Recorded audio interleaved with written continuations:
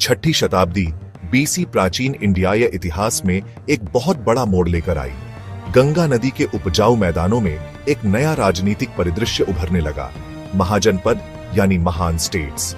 ये 16 शक्तिशाली राज्य पहले के छोटे छोटे जनपदों से बने थे, जिन्होंने धीरे धीरे अपनी शक्ति और प्रभाव बढ़ाकर बड़े क्षेत्रों पर कब्जा कर लिया। महाजनपदों का उदय सिर्फ एक राजनीतिक घटना नहीं थी, यह इंडियाई समाज में एक महत्वपूर्ण बदलाव था। इस काल में शहरों का विकास हुआ, व्यापार फला फूला और नए धार्मिक और दार्शनिक विचार उभरे। इनमें से सिद्धार्थ गौतम बुद्ध द्वारा प्रफोरित एक गहन और परिवर्तनकारी दर्शन, बौद्ध धर्म, भारत और दुनिया पर एक अमिट छाप छोड़ेगा। यह निबंध महाजनपदों के उदय पर प्रकाश डालता है, उनकी सामाजिक, आर्थिक और राजनीतिक संरचनाओं की खोज करता है। यह बुद्ध के जीवन और शिक्षाओं की भी जांच करता है और इंडियाई समाज पर बौद्ध धर्म के गहरे प्रभाव का विश्लेषण करता है। इन परस्पर जुड़े ऐतिहासिक विकासों को समझकर हम प्रारंभिक भारत की नींव और इस महत्वपूर्ण युग की स्थायी विरासत की गहरी सराहना करते हैं। महाजनपदों का उदय इंडियाई इतिहास में एक नए युग की शुरुआत थी, जिसने जटिल राजनीतिक और सामाजिक संरचनाओं के विकास का मार्ग प्रशस्त किया। यह परिवर्तन महान बौद्धिक और आध्यात्मिक उथल-पुथल के काल के साथ हुआ, जिसका समापन नए धर्मों और दर्शनों, विशेष रूप से बौद्ध धर्म के उद्भव में हुआ। 16 महाजनपद उत्तर और मध्य भारत में फैले हुए थे। हर एक की अपनी अलग विशेषताएं और शक्ति गतिशीलता थी। पूर्व में उपजाऊ गंगा के मैदानों के साथ मगध, कौशल और वत्स जैसे शक्तिशाली राज्य थे। मगध अपनी रणनीतिक स्थिति और लोहे की खानों तक पहुंच के साथ अंततः इस क्षेत्र में प्रमुख शक्ति बन गया। पश्चिम में कुरु और पांचाल राज्य उस क्षेत्र में फले फूले जो अब आधुनिक दिल्ली और उत्तर प्रदेश है। अवंती राज्य का मध्य भारत में दबदबा था, जबकि गांधार और कंबोज महाजनपद उत्तर पश्चिमी क्षेत्रों में थे, जो भारत और फारसी साम्राज्य के बीच एक सेतु का काम करते थे। ये राज्य स्थिर संस्थाएं नहीं थे, बल्कि निरंतर कूटनीति, गठबंधन और युद्ध में लगे हुए थे। क्षेत्रीय विस्तार, व्यापार मार्गों पर नियंत्रण और संसाधनों तक पहुंच की इच्छा ने इन संघर्षों को हवा दी। जैसे जैसे ये राज्य आपस में बातचीत करते थे और संघर्ष करते थे, भारत का राजनीतिक नक्शा लगातार बदलता रहता था। इन बड़े, अधिक केंद्रीकृत स्टेट्सों के उद्भव का इंडियाई समाज पर गहरा प्रभाव पड़ा। इसने परिष्कृत प्रशासनिक प्रणालियों के विकास, शक्तिशाली शासकों के उदय और नए सामाजिक वर्गों के उद्भव का नेतृत्व किया। इस काल में शहरी केंद्रों का भी विकास हुआ, जो व्यापार, वाणिज्य और सांस्कृतिक आदान प्रदान के केंद्र बन गए।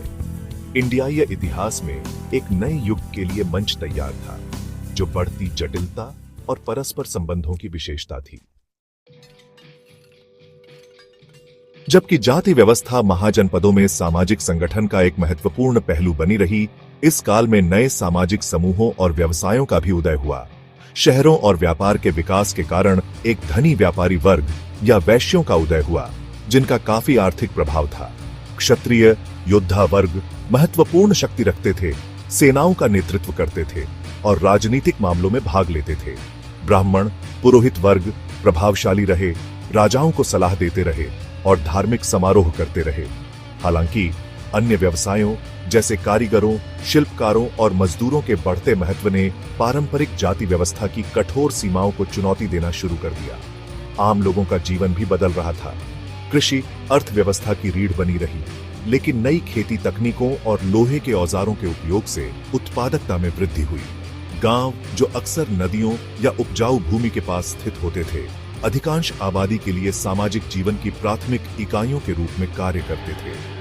इस प्रकार महाजनपदों का सामाजिक परिदृश्य पारंपरिक जाति पदानुक्रम और उभरते सामाजिक समूहों से बुना गया एक जटिल ताना बाना था। जैसे जैसे शहरों का विकास हुआ और व्यापार फला फूला, नए अवसर और चुनौतियां पैदा हुई, जिससे पहले के समय की तुलना में अधिक गतिशील और तरल सामाजिक व्यवस्था का योगदान हुआ। सामाजिक परिवर्तन के इस दौर ने नए विफुरों, दर्शनों और धर्मों को जड़ पकड़ने और फलने फूलने के लिए परिस्थितियां पैदा की, जिनमें बौद्ध धर्म की परिवर्तनकारी शिक्षाएं भी शामिल हैं। महाजनपदों ने कृषि में प्रगति, व्यापार के विकास और शिल्प के फलने फूलने से प्रेरित एक जीवंत और विविध अर्थव्यवस्था देखी। चावल, गेहूं, जौ और गन्ना सहित विभिन्न प्रकार की फसलों की खेती करने वाले किसानों के साथ कृषि प्राथमिक आर्थिक गतिविधि बनी रही। लोहे के औजारों जैसे हल के फाल और कुल्हाड़ियों के उपयोग ने कृषि उत्पादकता में काफी सुधार किया। अधिशेष खाद्य उत्पादन तब बढ़ती शहरी आबादी का समर्थन कर सकता था और व्यापार को सुगम बना सकता था। गंगा नदी और उसकी सहायक नदियां वाणिज्य की महत्वपूर्ण धमनियों के रूप में कार्य करती थीं, जो इंडियाई उपमहाद्वीप के विभिन्न हिस्सों को जोड़ती थी। मगध में राजगृह, कौशल में श्रावस्ती और अवंती में उज्जैन जैसे शहर व्यापार और वाणिज्य के प्रमुख केंद्रों के रूप में विकसित हुए। व्यापारियों ने वस्त्र, मसाले, हाथी दांत, कीमती पत्थर और लोहे के उपकरण सहित कई प्रकार की वस्तुओं का व्यापार किया।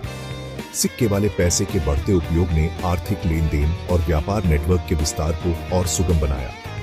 इस काल में शिल्प कौशल भी फला फूला, जिसमें कुशल कारीगरों ने कई प्रकार की वस्तुओं का उत्पादन किया। कुम्हार, बुनकर, बढ़ई, लोहार और सुनार बढ़ती शहरी आबादी की जरूरतों और व्यापार की मांगों को पूरा करते थे। श्रम की बढ़ती विशेषज्ञता ने महाजनपदों की आर्थिक समृद्धि में योगदान दिया। इस आर्थिक जीवंतता ने परिवर्तन और नवाचार का माहौल बनाया, जिसने उस समय के धार्मिक और दार्शनिक परिदृश्य को भी प्रभावित किया।